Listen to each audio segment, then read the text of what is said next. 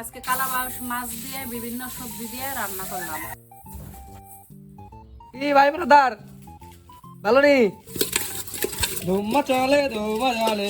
বসাইয়ে পাঠিয়ে দেব। ওই দেখো পাকাই কেমনে দেখো শুননি কতক্ষণ আটকে রাখবি? ওর অতক্ষণ আটকে রাখা পারবি?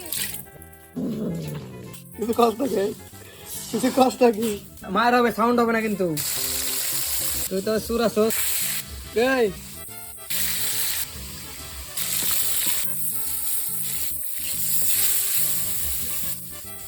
এখন এই যে সবজি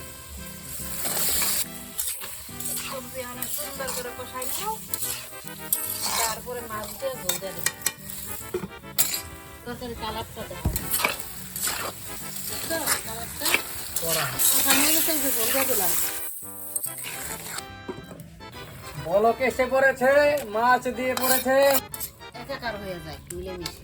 মাশাআল্লাহ খেয়েছি